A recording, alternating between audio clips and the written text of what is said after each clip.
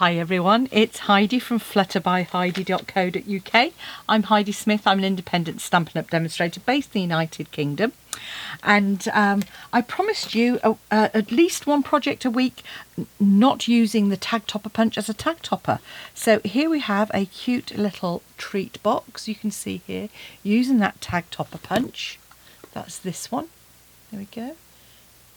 Hopefully you can see, oh there we go, reflection and everything.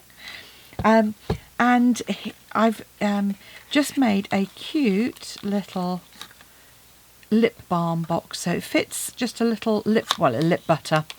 In the UK you can pick those up all over the place really quite cheaply. I've made it to fit the Vaseline ones because they're a bit kind of thicker than the others, but it would actually fit certainly one, maybe even two of the kind of slimmer lip butters, so you could always perhaps pop a little. I know you've got Ghirardelli's, it might well fit your Ghirardelli chocolates. Anyway, that's the little box, and this one I've put little layers onto it as well, and those are just a couple of millimeters. But I thought when I decorate this next one, I'm going to do it with a wrap, and we'll see which one we prefer. So we're going to stick with the same colourway. I've used the Winter Meadow DSP, comes in 12 by 12. So on this one you get the long scene repeated, and you've got this lovely sort of textured backgrounds, moody mauve in there, pretty peacock. I thought I'd use this tree scene as well. That's the paper I use, these lovely blue, I think they might be juniper berries, looking at those. Again, sort of salt effect on the background, pretty peacock trees, and the back there, and as I say, or maybe that's the ones, perhaps have I duplicated those trees? Let's have a look. Oh no, no, they are. Yeah, I've obviously misplaced the other piece of DSP. Okay, I'll need to have a look at that and see which piece I've missed out. Oh yes, I know which piece it is. It's a piece which is it's this. It's got a beautiful spray again in each corner. So that's the sixth piece, not the trees. Ignore the trees. There you go. Don't ignore the trees because they are there. So that's the paper. Anyway, right. Now we've cleared that up. So again, as I say, 12 by 12 paper, really great fun. This uses very little up in the way of supplies, which is always good if you're making lots of them. I'm going to stamp in, because I'm doing the trees, I'm going to stamp in some blueberry bushel, lots of shades of blue in here, and the winter wishes, you know, very generic, but it means it's not just for Christmas, which I always think is useful. With our punch, just open it up, feed your piece of card in, and this was just over an inch in width, and just punch that out like so. And then I'm going to grab a scrap of my blueberry bushel and just punch a scalloped one out as well. So by cutting it into a strip, it means you don't waste it or end up with half cuts as well. So just layer those up, ready for later. So again, these projects, you know, just really quick and easy, but great little gifts for people, whether it's sort of, I don't know, grandchildren, particularly in the winter. A lot of my friends, yes, suffer with dry lips. And it's a combination, I think, of being indoors a lot more, and you know, you just sort of it all gets a bit. My lips certainly get a bit dry, so I use a lot of lip butters in the winter. Okay. So, actually, while I'm here, this is a project, just to let you know. Here we go, coming up. And ta-da! So that shows you those stamps and dies. And then obviously that stands up like there, like a nice box card. Project coming up, upcoming project. So keep your eye open. Right. Okay, so piece of cardstock. This is simply 19 by 9.5 centimetres. That does mean that you get 3 out of a sheet of A4 cardstock. As I've said, if you're doing multiples, that's always useful. I'm going to, on the short edge, I'm going to score at 2 centimetres, turn it through round and score at 2 centimetres again. If you can't do that on your scoreboard, then it's 7.5 centimetres that you're scoring at for the second one. Okay. Having done that, turn it through 90 degrees, and this is now on the long edge. We're going to score at 8.5, at 10.5, at 16, just to clear that so I can get that flat,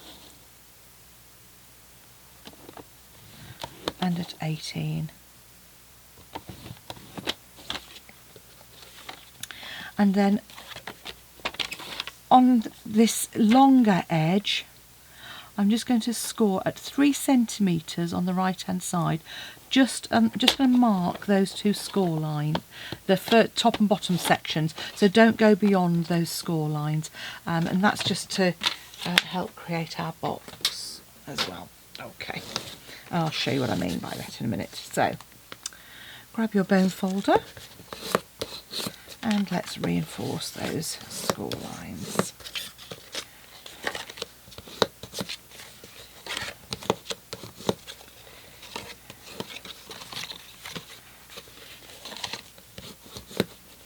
Okay, once those are reinforced,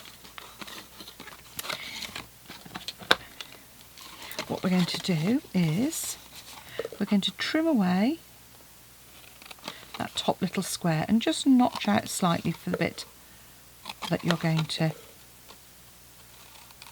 tuck in. Now the next bit we're going to do, see here, so these are our, create our little tabs. So I've just come in straight down here, and again just notch those out slightly, and the same on the other side. So as I said, this is on that short edge. At the other end here, you're going to get your punch and open it and just feed that in all the way in. And then you want to make sure that's nice and even on each side. So I've got a couple of marks where the track is, but you can also do it most easily by turning it over, and you should see those two score lines just on each side. So just make sure they're nice and even, and then press down nice and firmly. And I would recommend you press down onto the surface to do that punching. It's better for your punch, but also it works better for lining it up. And then what we're going to do is we're going to just cut where that score line is across and then down. So that's why I say you don't need to cut it, you just need to mark it so you know where to cut across and then down. So you get that pretty little punched effect on the top there. Middle section, just snip, and again,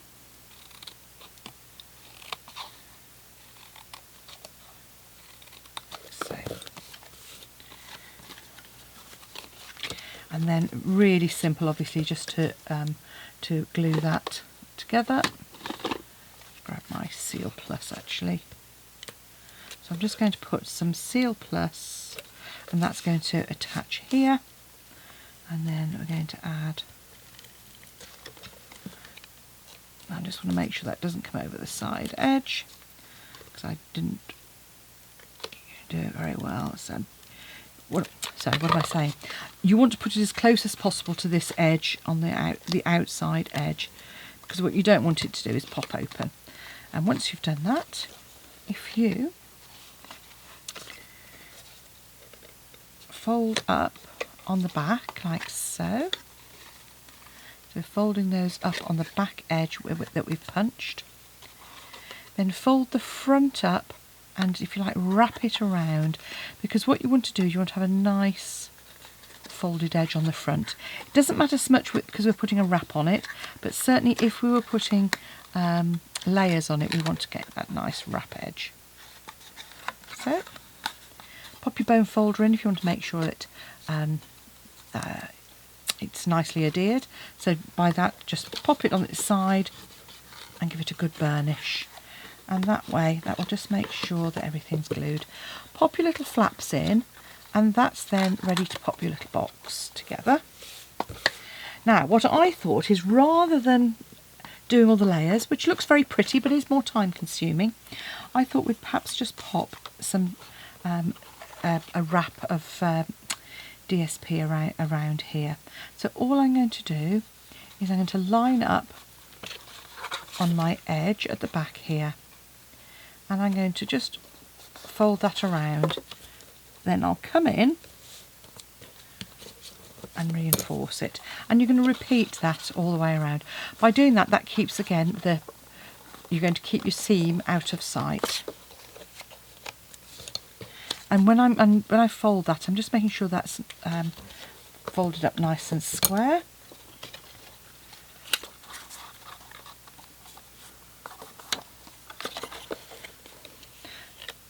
And this way, rather than having some little millimetres and 1/16 of an inch, then you know you've got plenty of DSP. I don't know. So the size of the DSP is 5 centimetres. I actually haven't trimmed it down. I meant to trim it down. By 6, you want it to be 16 centimetres, and this one's actually a little bit long. So what I'm going to do is I'm just going to snip that down there. So pop our adhesive on here. Make sure the pattern's the right way up.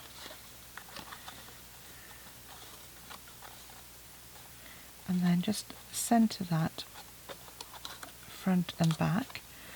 Bring that little flap around from the side there. A bit of adhesive to hold that in place. And that one.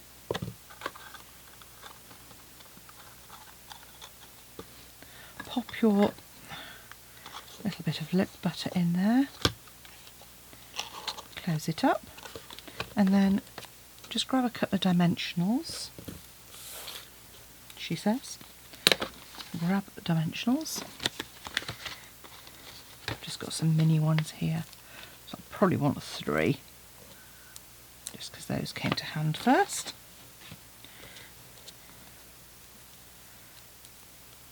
And pop that on the front. So there we have our 2 boxes. We have our layers, more intricate, but I also love the simplicity of this, and it does give it a nice smooth pattern all the way around. There you go, 2 lip butter boxes using the tag topper punch, but not to make a tag. Thanks for watching. Come back and see me again soon. As I always say, if you like what you see, please hit the like button and click on the bell to subscribe and be notified when I post my next project. I'd love to have you as a subscriber, and if you're able to purchase from me, just search for me on the on the website as your demonstrator. Bye for now.